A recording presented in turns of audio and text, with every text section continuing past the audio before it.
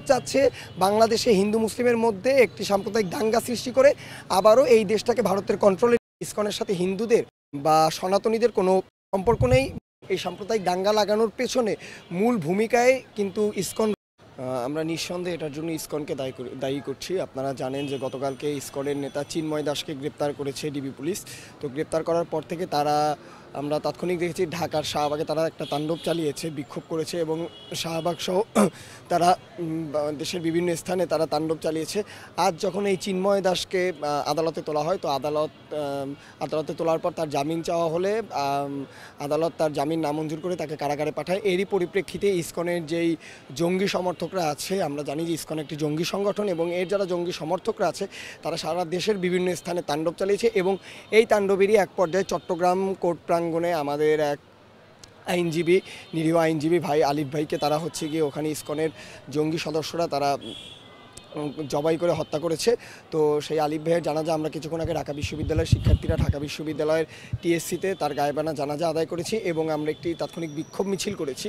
আমাদের দাবি একটাই ছিল যে প্রশাসন যেন খুব দ্রুত এই হত্যাকাণ্ডের সাথে যেসব ইসকনের জঙ্গি সদস্যরা জড়িত আছে তাদেরকে খুঁজে গ্রেপ্তার করে তাদেরকে আইনের আওতায় আনে এবং এই ইসকন যারা চালাচ্ছে এবং এই সন্ত্রাসী সংগঠন এই ইসকনকে কোথা থেকে ফান্ডিং করছে, তাদের ফান্ডিং, তাদের আয়ের উৎস কী, এটা যেন প্রশাসন তদন্ত করে বের করে। আপনারা জানেন যে 5ই আগস্টের পরে, দ্বিতীয় স্বাধীনতা অর্জনের পরে বাংলাদেশে বিভিন্নভাবে সাম্প্রদায়িক দাঙ্গা লাগানোর চেষ্টা করা হয়েছে। এই সাম্প্রদায়িক দাঙ্গা লাগানোর পেছনে মূল ভূমিকায় কিন্তু ইসকন রয়েছে। ইসকন বিভিন্নভাবে উস্কানিমূলক বক্তৃতা বা উস্কানিমূলক মন্তব্য করে বাংলাদেশে হিন্দু এবং মুসলমানদের মধ্যে একটি সাম্প্রদায়িক দাঙ্গা লাগাতে চাচ্ছে। কিন্তু আমরা সবসময় এটা বলে আসছি যে হিন্দু মুসলিম ভাই ভাই, আমাদের মধ্যে কোনো ভেদাভেদ নেই। আমরা হিন্দু মুসলিম, আমরা ধর্ম বর্ণ নির্বিশেষে আমরা সবাই বাংলাদেশে, আমাদের পরিচয়, আমরা সাম্প্রদায়িক সম্প্রীতিতে বিশ্বাসী এবং আমরা সাম্প্রদায়িক সম্প্রীতির বাংলাদেশি, সাম্প্রদায়িক সম্প্রীতিতে বিশ্বাসী। তো ইসকনের সাথে আমি যেটা মনে করি, আমরা যেটা মনে করি, ইসকনের সাথে হিন্দুদের বা সনাতনীদের কোনো সম্পর্ক নেই।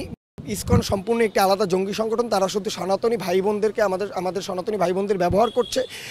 তো আমরা সরকারের কাছে, অন্তর্বর্তীকালীন সরকারের কাছে দাবি জানাচ্ছি যে তারা যেন দ্রুত এই ঘটনার এবং আজকে যেই একজন আইনজীবীকে জবাই করে হত্যা করা হয়েছে, এই ঘটনার যেন তদন্ত করে যারা এর সাথে জড়িত, যেই ইসকন সদস্যরা, তাদেরকে গ্রেপ্তার করে এবং সন্ত্রাসী কার্যক্রম পরিচালনার জন্য এবং বাংলাদেশে হিন্দু মুসলিমের মধ্যে সাম্প্রদায়িক দাঙ্গা সৃষ্টি করে দেশকে অস্থিতিশীল করার জন্য এবং দিল্লি ভারতের পারপোজ সার্ভ করার জন্য বাংলাদেশে আমরা চাচ্ছি যে ইসকন যেন জঙ্গি সংগঠন হিসেবে বাংলাদেশে নিষিদ্ধ ঘোষণা করা হয়। না, এটা সম্পূর্ণ তাদের মন গড়া বক্তব্য। আপনারা জানেন যে চট্টগ্রামে ইসকন যেই নেতা চিন্ময় দাসকে গ্রেপ্তার করা হয়েছে, তাকে কিন্তু রাষ্ট্রদ্রোহী মামলায় তাকে গ্রেপ্তার করা হয়েছে এবং তার বিরুদ্ধে মামলাটা চট্টগ্রামে ছিল যে আপনারা দেখেছেন যে কিছুদিন আগে সামাজিক যোগাযোগ মাধ্যমে একটা ভিডিও ভাইরাল হয়েছে আমাদের জাতীয় পতাকার উপরে ইসকনের একটি কমলা রঙের যে পতাকা সেটা টানানো ছিল। সুতরাং এটা এবং এর প্রমাণও মিলেছে এবং তাৎক্ষণিক পুলিশ দুইজনকে গ্রেপ্তারও করেছে এবং এটা তারা প্রমাণ করেছে যে তারা দুইজন ইসকনের সদস্য ছিল এবং আমরাও সন্দেহ করছি যে এটার পেছনে ইসকনেরই হাত রয়েছে। তো সেই তথ্য প্রমাণের ভিত্তিতে এবং যেহেতু মামলা হয়েছে, সেই মামলার ভিত্তিতে পুলিশ ইসকনের নেতা এই চিন্ময় দাসকে গ্রেপ্তার করেছে। হ্যাঁ, এটা গিয়ে আমরা দৃঢ়ভাবে বিশ্বাসী যে পলাতক খুনি স্বৈরাচারী শেখ হাসিনা এবং তার দল গণহত্যাকারী আওয়ামী লীগ এই ইসকনকে ফান্ডিং করছে এবং তারা ভারতের মাধ্যমে, তারা ভারতের সহায়তায় বাংলাদেশে এই ইসকনকে পরিচালনা করছে। ইসকন এই সংগঠনের পরিচালনার পেছনে যে একটা বড় ধরনের অর্থের প্রয়োজন, সেটা আমরা বিশ্বাস করি এবং আমরা এটা সম্পূর্ণভাবে বিশ্বাস করি যে এই ফান্ডিংটা আওয়ামী লীগ এবং ভারত মিলেই করছে। চাচ্ছে বাংলাদেশে হিন্দু মুসলিমের মধ্যে একটি সাম্প্রদায়িক দাঙ্গা সৃষ্টি করে আবারও এই দেশটাকে ভারতের কন্ট্রোলে নিতে, আবার শেখ হাসিনাকে বসে মুজিববাদ কায়েম করতে।